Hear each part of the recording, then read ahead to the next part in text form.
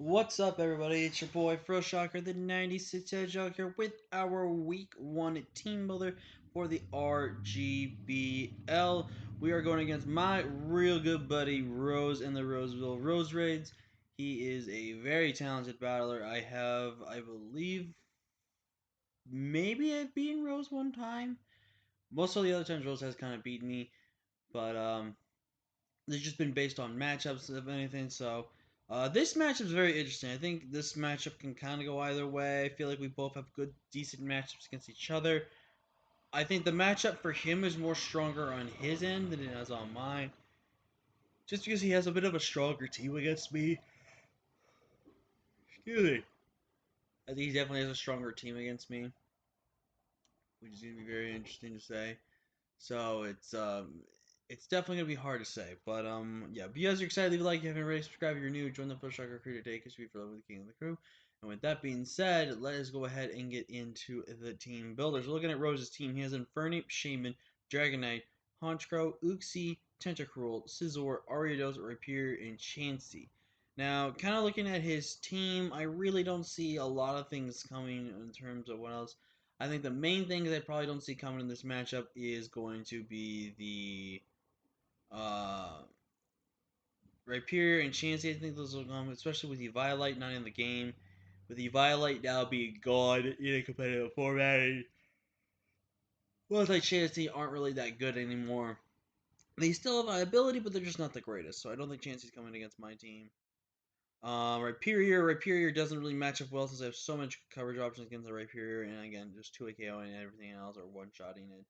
So I don't really against. Ariados does have a decent chance to come just because of the fact if sticky webs are a thing. I do have at least 2 Mons on my team that would really hate to get sticky web, but guess what? They're both the main Mons that I can actually win with without even with sticky webs up. So it's gonna be very important to know. Oh, excuse me, and stuff like that. But yeah. And then Scizor again is another really good possible mon as his defogger for the team, unless he's gonna plan to make else on his team defog, but I think he needs a remover. Because if you look at his team right now, rocks are very annoying against his draft. He does technically do have three defoggers and a spinner, but two of those defoggers don't really want to bring defog at all. They really don't benefit from being defog users. So that's gonna be something we gotta ugh, excuse me, very careful and very mindful of. So I really think he's not gonna go with Scizor. Just because the fact I think for one, Tentacle gives him that better bulky piece that he needs his team and is a better spinner on his team. So I think like dual staff will spin. There could be a possibility he brings toxic spikes, but I don't think he would. It could be ice beam coverage as well. But overall, it's gonna be something. But yeah, but I think it's gonna be a really good matchup here.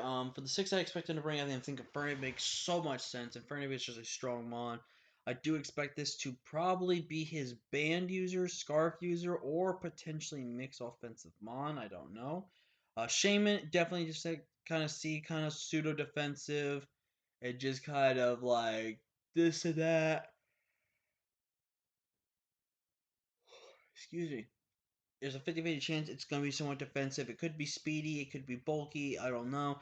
Dragonite, easy see as a Dragonite sweeper in this matchup. If he's agility, that actually is worst case scenario.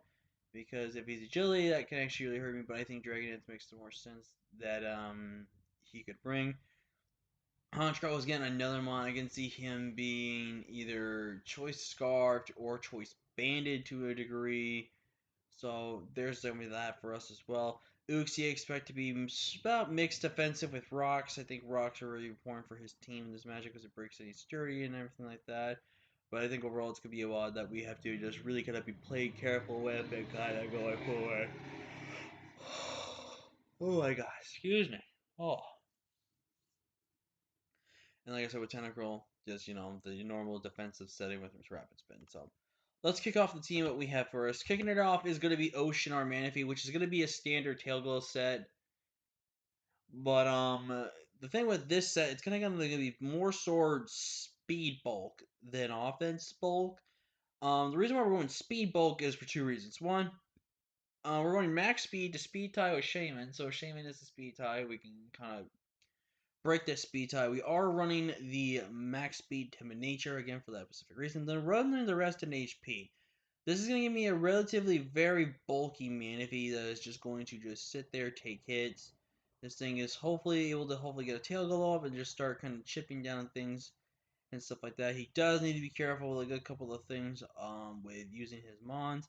But with a Radio Berry, I take a hit from Shaman after a Tail Glow Ice Beam. Obviously, we kill unless he is Yasha Berry or he is really heavily Spadef with HP investment.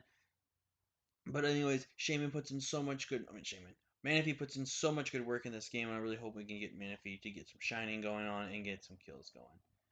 Again, I'm only speed tying Manaphy just to do that. I'm also speed tying in case Tentacruel runs speed investment for a defensive Manaphy, and that way I'll outspeed that as well. So that's going to be returned.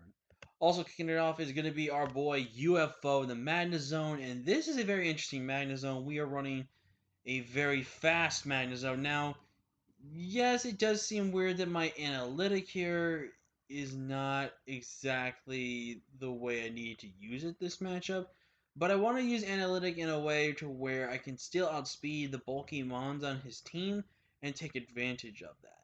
So that's something that's very important. So you have Volt Switch, Thunderbolt, Flash Cannon, Dual Stab, and then we have Tri Attack. Tri Attack basically hits about everything on his team for super effect, basically for neutral damage. Volt Switch is really good for pivoting.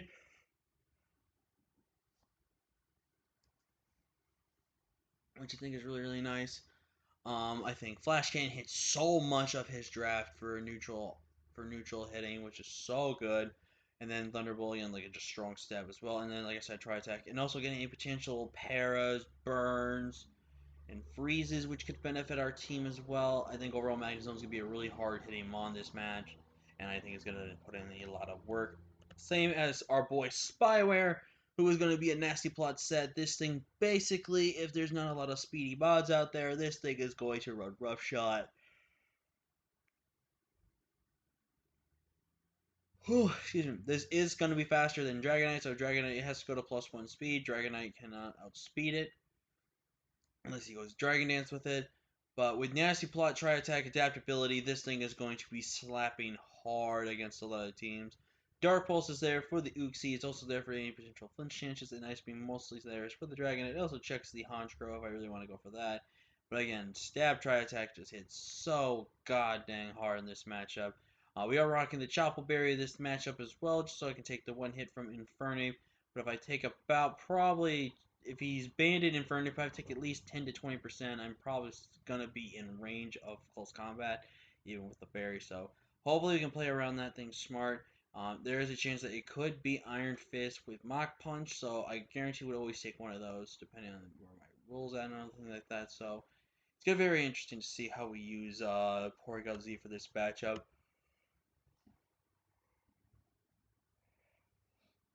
And we're kind of taking a little bit of a gamble with this one, but I think it's going to still work here. It is Scarf Staraptor this matchup, but I'm not using Intimidate this week. Like I said, it's a little bit of a risk to run it with no Intimidate, but I think offensively Staraptor just looks so good on paper. And we are bringing an adamant Staraptor. This outspeeds +1 Dragonite. It does not outspeed any other Scarfer on his team, that whether it is Tentacruel, Shaman, or the Infernape. But this does outspeed a Scar of Honchkrow. This outspeeds a +1 Dragonite. This really just runs this down. Brave Bird plus Double Edge hits most hard. Close Combat is there just for the chance to just neuter Chansey. Also a way to hit the Rhyperior if Rhyperior comes. So I just think overall Staraptor is super good. And that's also why I have Ice Beam on Spyware. It's also just for Rhyperior check if I have to. So I think Staraptor is going to be a fantastic breaker in this matchup, so really looking forward to that. Up next, we got Queen here, which is very mixed defensive, very mixed offensive with a lot of defense and HP invested. This is going to kind of be a more somewhat physically defensive, but an offensive mon at the same time. We're running Ice Beam, Earthquake, and Crunch. Crunch is there just to handle Uxie. Ice Beam is there to handle the Dragonite, and obviously to also handle the Honchkrow. But Earthquake is the mix up on right there. I think his Tentacruel is going to be lead towards more being Split Death than Fizz Death. And that's where I'm hoping to catch him off guard with Nidoqueen. Even though Nidoqueen is built a little bit more specially, I think on just offense, Nidoqueen is going to be really, really good. And I'm also going to make sure that this is Sheer Force.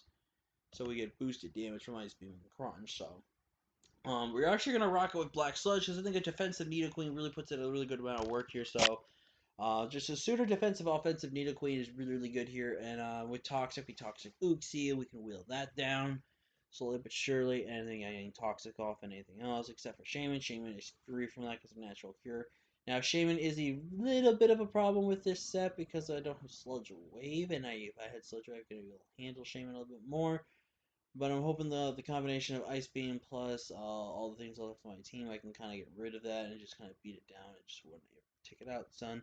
And last off, we have last off we have Azul here, which is Choice Scarf. We're running dual Scarfers. One is a Scarfer just to kind of be a breaker. This is to hopefully be a potential winning condition Scarfer. We are rocking out with Psychic, Dazzling Gleam, Shadow Ball, and Stealth Rock. Now, this is a very weird Azelf set here. I was debating so many times to go with this set. Apparently, it lost in Headbutt now, so I can't go physical with this thing, really. So that's going to be really a bit of an issue, but I can work with that.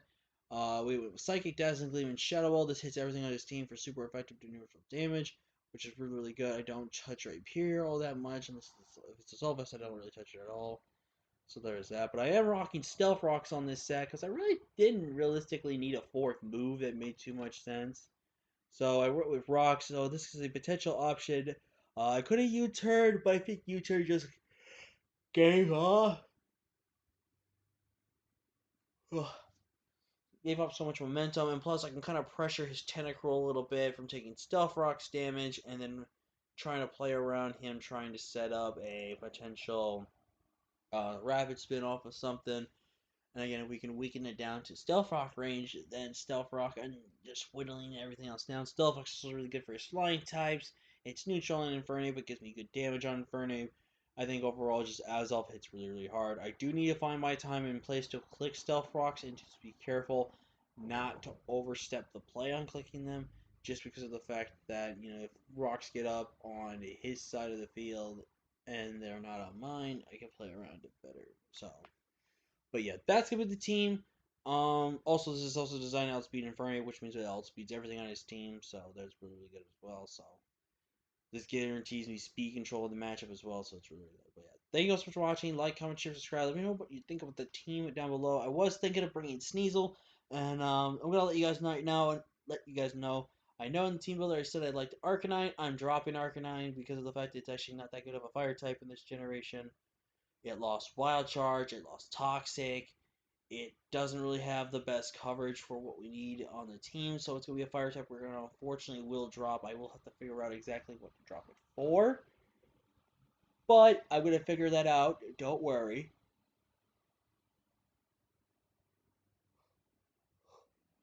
Excuse me. And hopefully we'll be able to fix that up. But for this team builder, thank you guys for watching. I think this is a team that can definitely win us this week one. But we'll just see what we get. But yeah, thank you so much for watching. I'll see you guys next time. Peace.